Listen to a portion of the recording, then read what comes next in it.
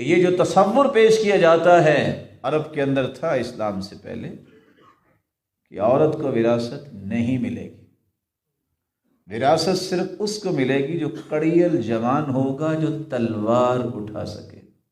بچے بھی محروم اس قاعدے کی روح سے، اور عورتیں تو محروم ہی محروم۔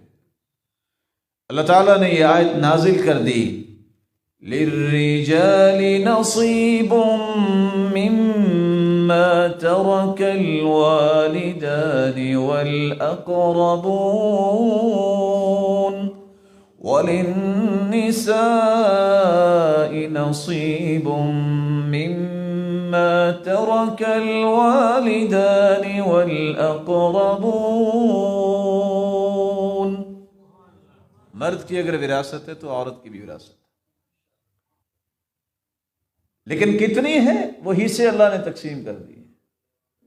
لوگ سوچ رہے ہوتے ہیں کہ وراثت کو تقسیم کر دیں، وراثت تقسیم ہوئی ہے، صرف ان کے حصوں کا تعین کرنا ہوتا ہے۔ جو حصے اللہ نے قائم کر دیے ہیں، جو اللہ کے رسول نے وضاحت دے دی ہے، اس کے بعد نئی تقسیم کی ضرورت نہیں ہے۔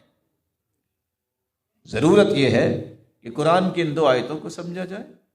یہ وراثت کے پورے رکوع کے بعد دو ہی آیتیں ہیں، یہ اللہ کی حدود ہے، جس نے اس کی پاسداری کی وہ جنت میں جائے گا، جس نے اس کو پامال کیا وہ جہنم میں جائے گا۔ بس یہ دو آیتیں رکوع کے آخر میں پڑھنے والی ہیں، اور فیصلہ کرنے والا ہے کہ آج امت کس ڈگر پہ چلی ہے۔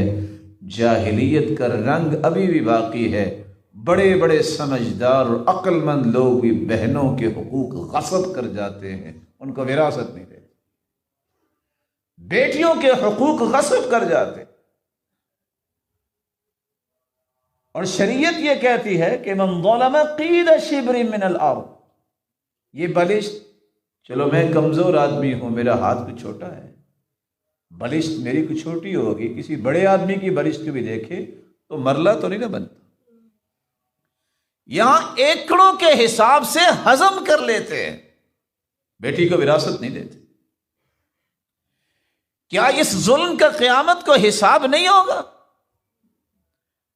بہنوں کے حقوق مارے ہوئے ہیں، وراثت نہیں دیتے۔ حدیث کہتی ہے صحیح بخاری اور مسلم کی کہ اگر ایک بالش بھی کسی نے ظلم کرتے ہوئے زمین کو ہتھیا لیا، تو دیگر روایات کو میں ساتھ ملاتا ہوں، عذاب کیا ہوگا؟